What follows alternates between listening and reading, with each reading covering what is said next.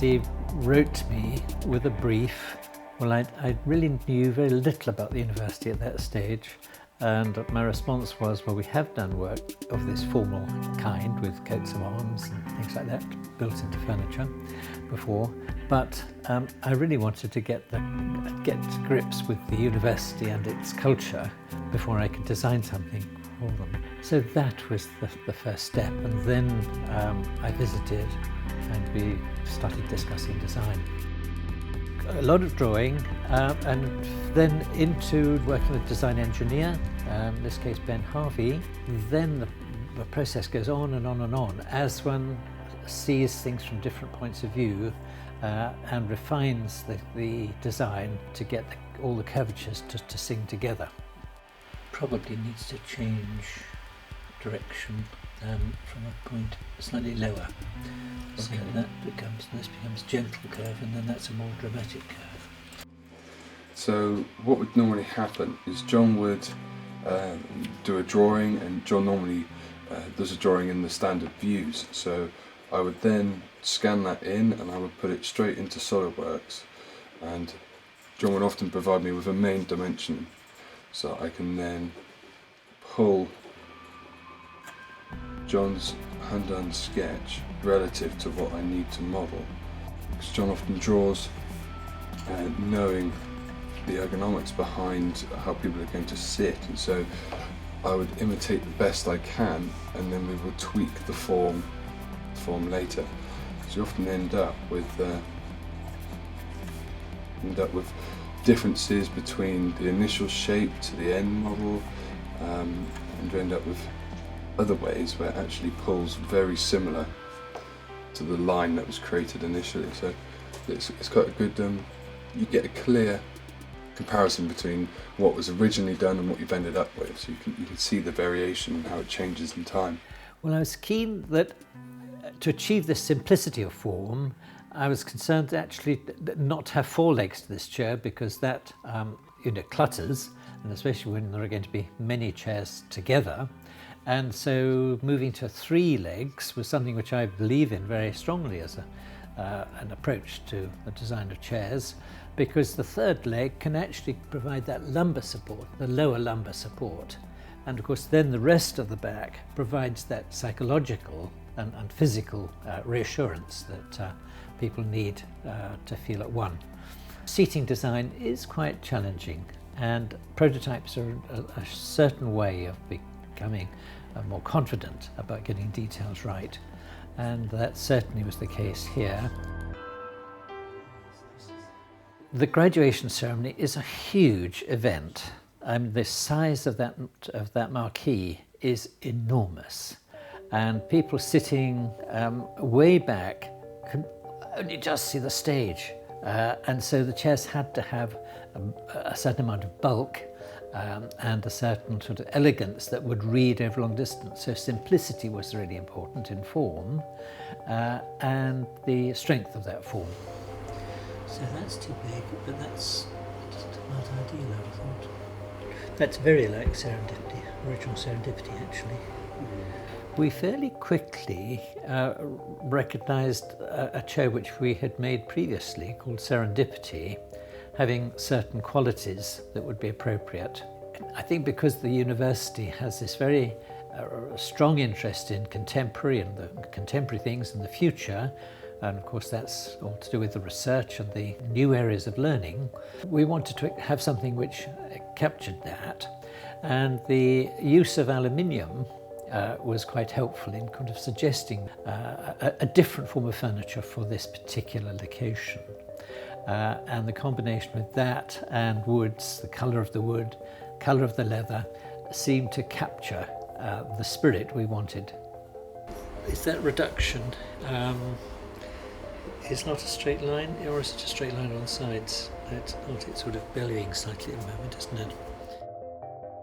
I suppose my ideal client is one really who comes wanting to fulfil a function. So it may be that it's where they want to work, it may be that it's where they want to dine, and it's those verbs that I find are really interesting, because you can create a response to that which is totally free of preconception. and that's really valuable as a way of developing a brief.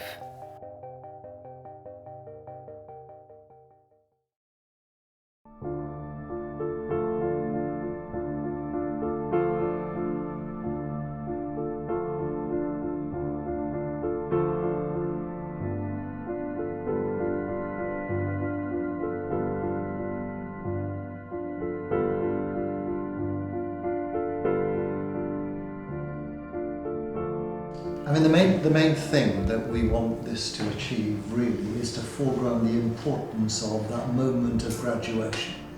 Yes. That moment where we a rite of passage, basically, in terms of the work that the student has done with the university, with Plymouth University, and then that focal point, if you like, of that graduating moment, which they kind of go out and will always be ambassadors of the university in whatever discipline, whatever area, whatever domain they work in. So that's why we want to make this moment that significant for them. That's kind of the whole purpose of investing, if you like, in that graduation event, which is much more than an event itself. How far can we push the scale of this is the real question for me.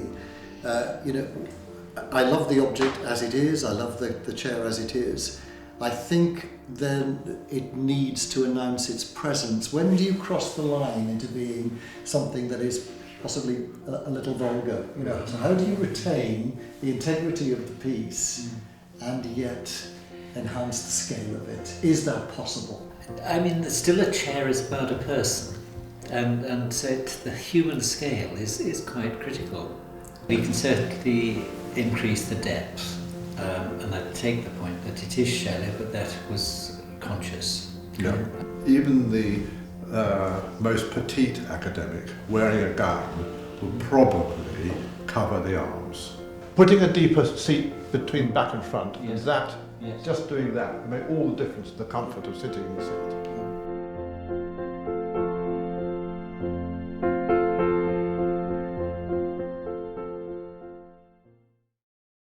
The project today has been about selecting the boards and then marking out the particular components so that then Clive can have them at his workshop and cut out each of those, and subsequently they'll then be put together to make up those big fat legs that are part of the chair. The timber for the Plymouth chairs is oak, planted at Longleat in 1740 as per their estate records. Harvested in 1980 when the late Lord Bath had his 80th birthday, and we'd been making some furniture for his house, and when it came to paying for it he thought, well, maybe John would like some wood, and they'd just been felling a wonderful stand of oak. Among them was this magnificent oak which was 5 feet in diameter and about 20 feet to the first limb. Beautifully looked after as a tree throughout its life, from being a small seedling right up until maturity. And very often oak trees aren't grown for more than 120 years, so it was a very major thing for an estate to commit to growing on trees like that, because they slow down in growth, but of course they also get gradually larger. And that for me meant that it was very worth cutting this tree, not in the normal way of cutting planks through the tree, but actually cutting the tree into four through the middle, and then turning the trees at 45 degrees and cutting in on that angle. And that makes the very best of oak, because we're able to expose the medullary rays, which in oak are such an important feature. See, one of the surprises with this tree, I'd forgotten, is that it's brown oak, which means it actually has a bacterial effect that gives this chestnutty colour, believe it or not. Well, timber's fascinating because, of course, when trees are growing, the timber is fully saturated and it needs to be seasoned. In order to let the moisture escape, the convention is that we cut it into planks, and that exposes the surfaces, and we allow space through there so that over time the moisture evaporates out of it, and it'll bring the moisture down to about 16%. But for a domestic environment, we would normally be looking for 8 to 10%. So we then second season it indoors. and that's the next process. Well, of course, Plymouth, its shipbuilding, suggested oak to me. Oak being grown in the region seemed appropriate, and the fact that it's had such a historic background, I mean, going back to the 18th century, like that, it all commended it really as a material for this particular project. Well, now the stage is that we've all the design is resolved and agreed, and we've made the patterns that enable us to see which part of the tree is going to be most appropriate, and we're able to take from the patterns to get the grain running as we want it to run in each component. And by marking it out here, we know that the planks are going to be, these consecutive planks have exactly matching grain, and so when they're put back together again, it'll read as if it were a solid material. Where there's a sweep in the grain, I'm using it to follow the form, and that's quite a nice example of it really, where you get the sweep from the bottom of the tree flowing up, and as it's turning into straight, the grain's following that rather well. We're wanting the main strength to run down that line from this point here to that point, and if possible for the grain to follow in the same way. So that one's particularly happy, where we've got the spread of the root, or the buttressing of the tree. Well, the next stage for us now is to take these to the workshop and sort out these elements. And what we'll be doing is actually putting a key through, a hole through at each end here, and that'll provide the register which enables us to ensure that we're getting exactly matching parts going back together again.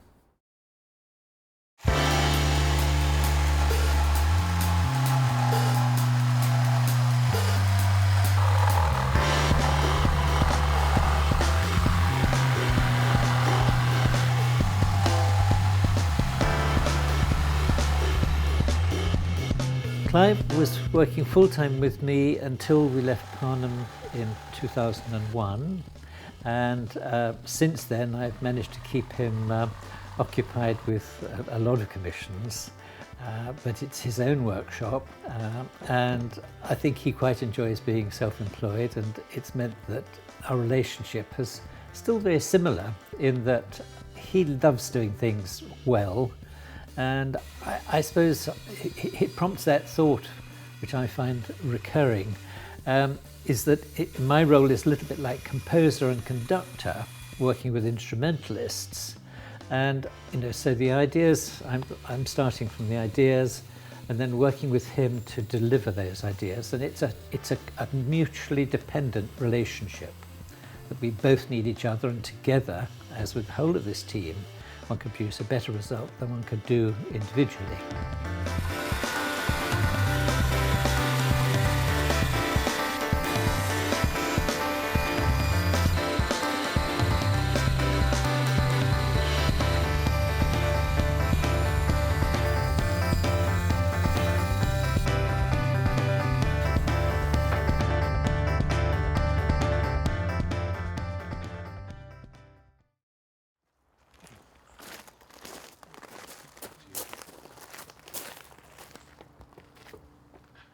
Well, I specialise mainly in letter carving and low relief carving, and the big projects I've worked on have included the Great Court of the British Museum for Sir Norman Foster, yes. And I also did the carving for the Barley Bomb Victims Monument on Horseguards Road, right, which is right outside the Treasury building on Horseguards, where yes, incidentally I did the Treasury signs as well, for Lord Foster. Excellent. So, yes, but yes, carving has been in my family for 300 years.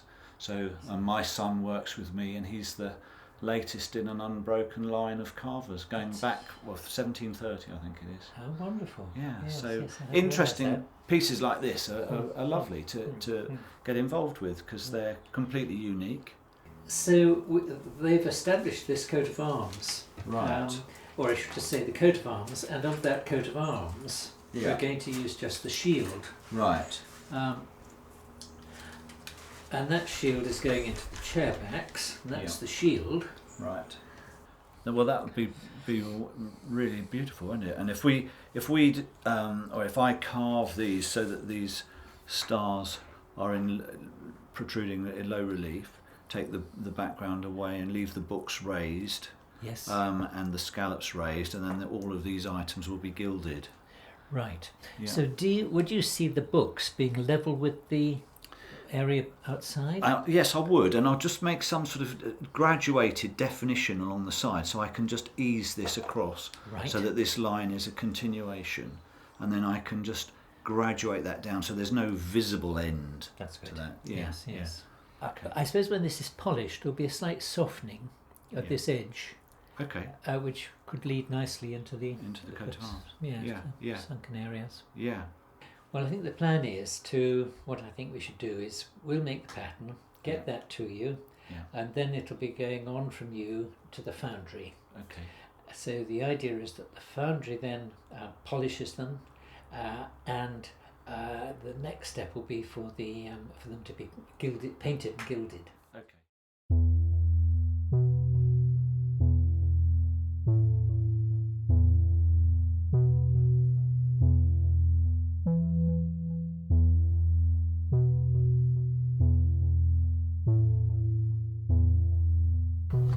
Did you use a rectangular mallet rather than round?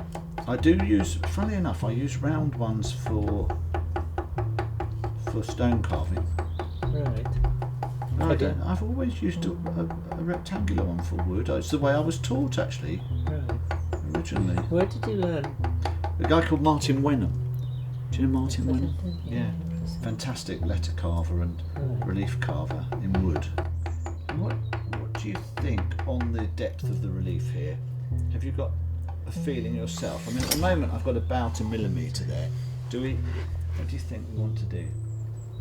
It means the paint is going to be quite thick and almost. I wonder if we need a bit more. More relief? Yes. Yeah.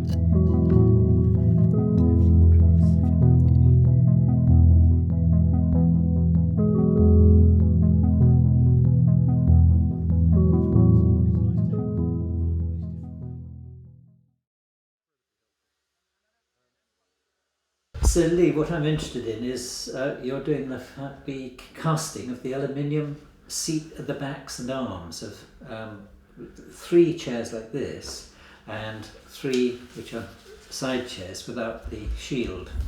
One of the reasons for using aluminium is that it becomes a major structural component to the chair, but also very important in linking the underside of one's elbow through the small of the back to the elbow on the other side, which of course tend to form a line, horizontal line, which is the most important line supporting the back. It would start off, the material will be in ingot form. That's the cleanest spec alloy that we'll buy in, and then we'll melt in one of the smaller crucibles that we've got to keep your metal separate from the others, and that way we can manage it and degas the material nicely, so you get a good finish there. And so it'll be molten at about 800 degrees, and then we'll drop the temperature to about 730 to cast that with the shape of it, to make sure that the metal flows all the way to the ends of these 3 legs. The mould will be obviously sand moulded. Yes, the packing of those moulds and the way they feed the material in is just so precise. And of course the patterns we provided, funnily enough, the foundry said they hadn't seen such wonderful patterns for a long time, and it was, they produced a very clean result.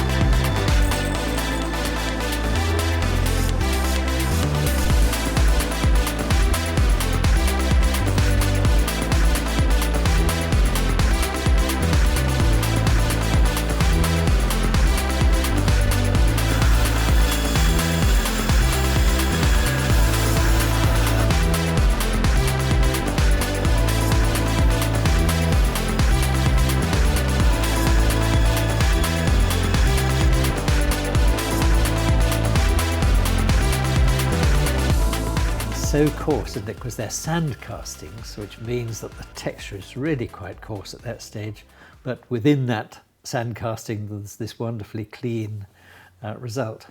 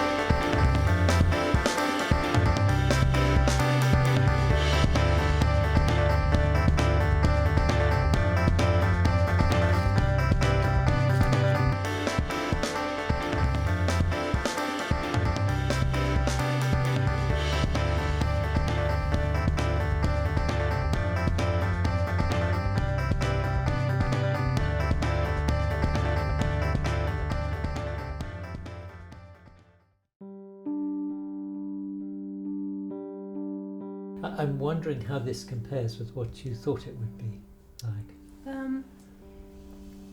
Well, it's lovely to get your teeth into a job, so the initial excitement of doing something is still there, and whatever the case is.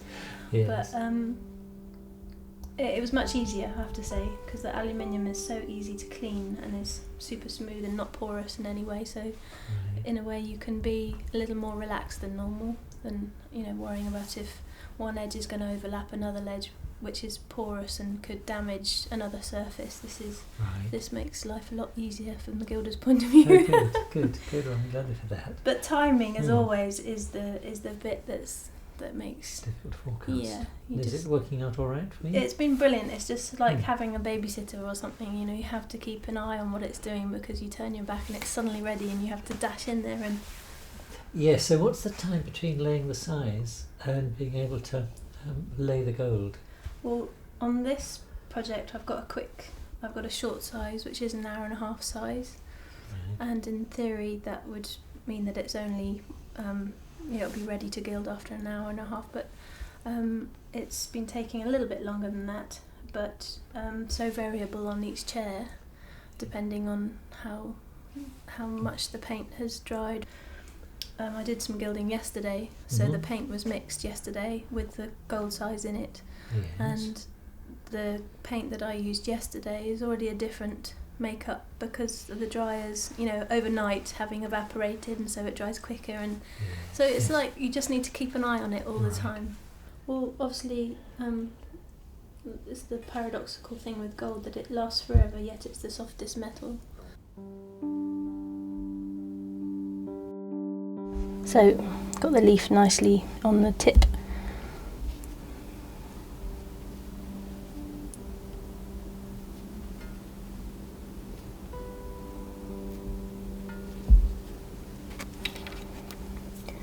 So just gently smooth that down. And this brush is also sable, so super fine and ever so light. If I'd brushed it on the back of your hand, you can barely feel it. So light. And then tap it into those corners. Trying not to lift any leaf and have it flying in the air, because that will stick somewhere you don't want it to. So this is the first layering. It's got a brilliant shine on it. I'm really happy. That's a good time.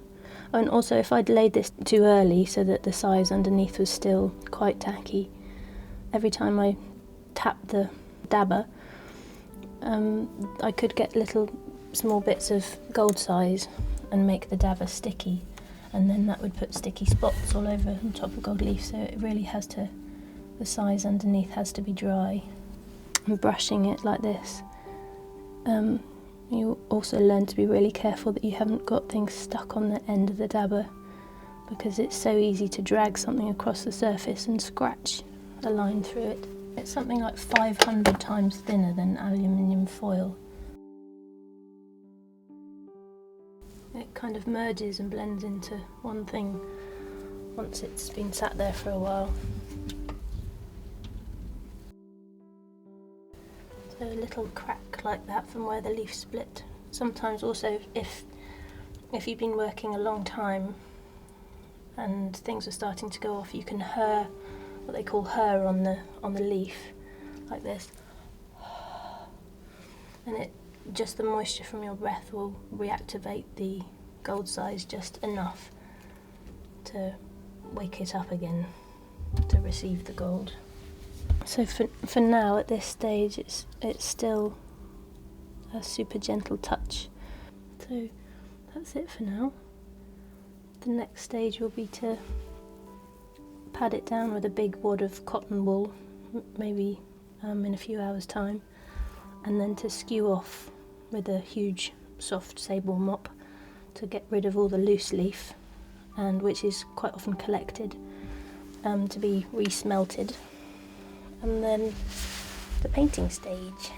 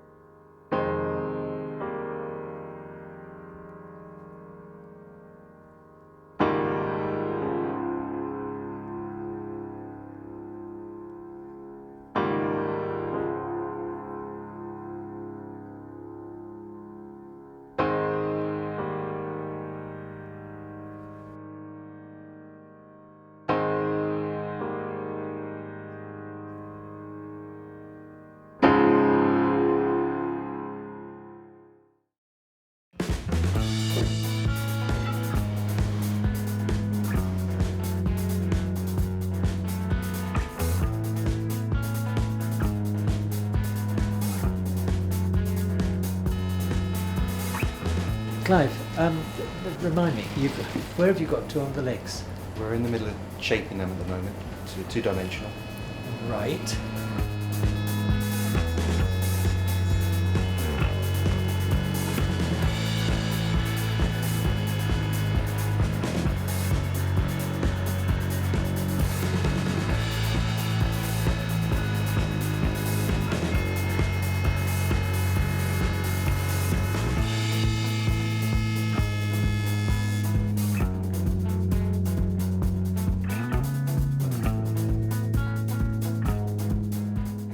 seats? Seats are being cut out, and the shaping of the seats, so that we get the profile of the seats.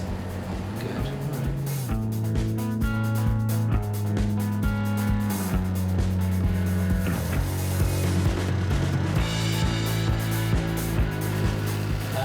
And you've seen the castings. Yes. And Gemma's working away, and I think another few days, and you can have those, the ones with the shield. Oh, Yes. sounds good.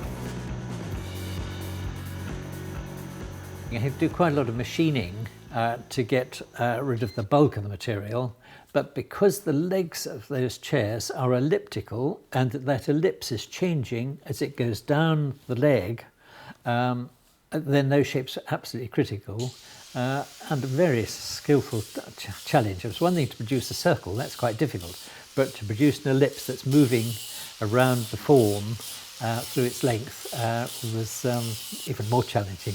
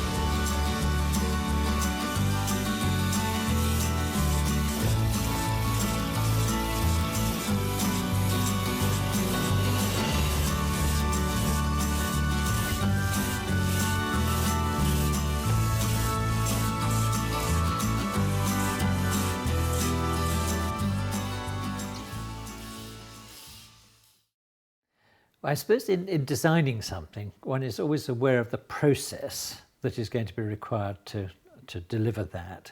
And we knew we had a very good upholsterer with us who'd done his apprenticeship with Bentley's, and we've worked with him before, and he has an extraordinary ability to achieve what we're looking for. So just to run through this, what we've got is this frame is built up in layers to a curvature. So the seat is doing that in the chair. Yep.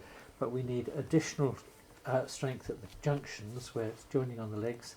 So the fixings will be through this area. So you get a really rigid fixing. So you've then webbed and softened the edge with this foam. Yeah, it's basically like a basket weave webbing. It's a herringbone natural webbing that we use on that. And then you put a skin across as well. That is what they call 16-ounce hessian, which is a high grade. It's like a taupe, which bridges across the whole top. Right. And you get basically the hair, you separate it all, just in case it gets knotted in any way. And then it's all roughly about a handful, and it goes in. Up So to it's the same hair at this stage as goes on later. on the top, and then that's Yes. pulled in like that.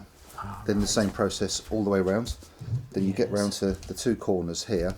Then you pack the centres Right, yes. and that. So yes. and then you finish it off basically. Then Right. you get a layer of hessian over the top of that. Right. If I just pack this, well, again, you separate, make sure there's no knots in it. You get roughly about the see. That's what I was saying about feel. You can't weigh every piece. Do you see what I mean? So that packs in. Then you just pull that close up, and then same again. This is horse. This is horse. This is all natural horse tail and hair. And then what you do, obviously that process goes all the way around and through the centre, and then you end up with, you pull the hessian over the top here. Yes, it's really. That's to say, you can't really do that by measure or by textbook or anything. It's just you've got to just packing, feeling, and so you can just get the natural roll on it. And you just put the cotton wad in. You see, this is the difference. Yes. Yes, it feels fairly soft at this stage, and of course as you get a skin on it, Yeah, that's firms up. definitely. Yes. See, what you do now is once that all goes over the top, you sort of just, because we want to try and keep this edge all the way around nice and crisp, is what we do is like feather it off. So you just basically tease away the excess all the way around. So what you end up with is it just falling off the edge there. Then it comes to the calicoing stage. This is what's giving you the shape now. So this is what you. So really, the leather that goes on top of it should, you know, just form round the shape. This is what you're doing now, getting all the shape with the calico now.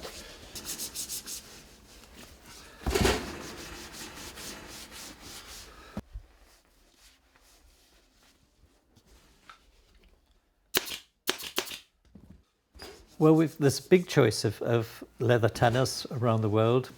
We use a Swedish company because we just like their quality of leather and a much more interesting range of colours than we've been able to get from elsewhere.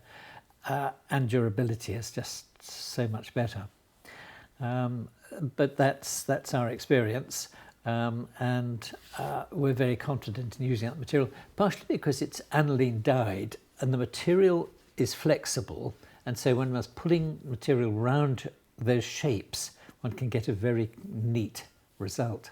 Again, it was tacked off in the same process as the calico, so you go from point to point, so to get all the leather out, and now you have to work out, see all this excess leather here, so you basically now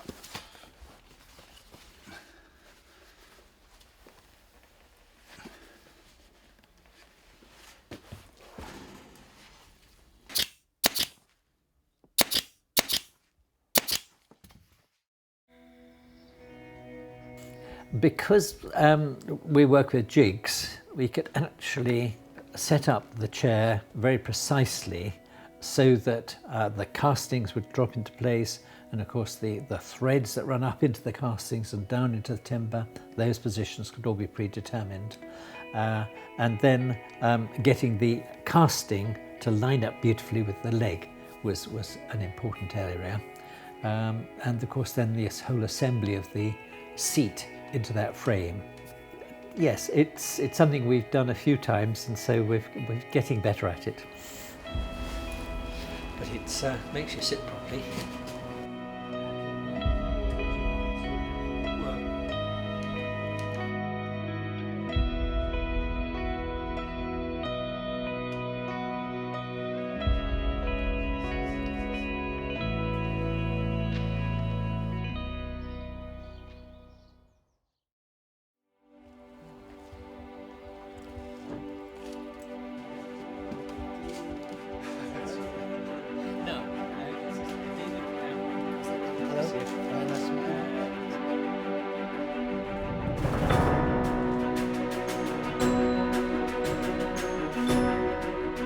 I think seeing the chairs, things have come together for me, and I think people will see the results of the project. They will see the way they have an impact in the work of the university, and the very important event that is graduation, where we honour the success, the achievement of our students and the people who've supported them through their education. And I think the controversy that they have caused in some quarters will quickly dissipate, and we'll be left with a magnificent set of chairs to augment the celebrations of our students' achievements. The design itself, it's just nice and it's simple, but it also makes some really big statements, and I think it's quite hard to achieve, and he's really pulled it off well. They're very standout pieces.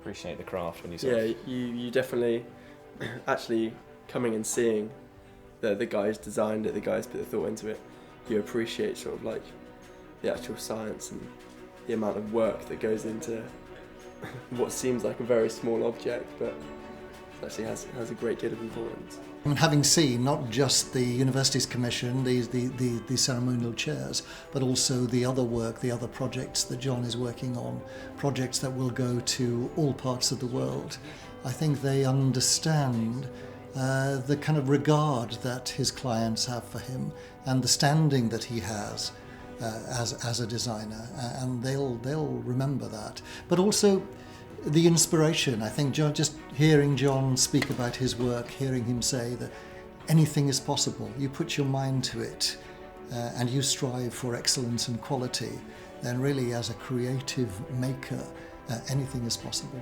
And they'll take a lot of energy and impulse from that. Yeah, because people who just go out and buy something are using somebody else's ideas. They're buying something off a shelf.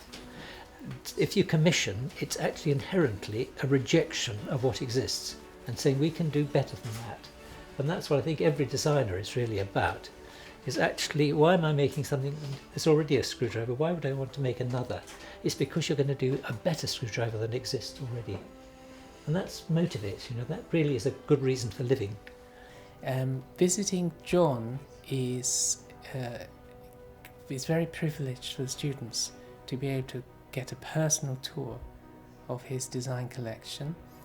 We had some really interesting questions this morning, talking about detail in design, finishing, and some very sort of personal inspirations that he obtained in order to inform the way he designs and makes. Whenever I see a brief, I want to clean it out so that I get really clean guidance as to what it's about, because design is actually about communication, and communication has to be clear. We're doing a course that sort of is trying to give you inspiration for design, and having a great piece of furniture like this sort of as a part of the graduation ceremony, it gives you something to look at and go, there's a piece of work to take on board when you're designing yourself. You can actually see a great piece of furniture. The chairs, to me, seeing them real life is completely different from the hints that we got previously.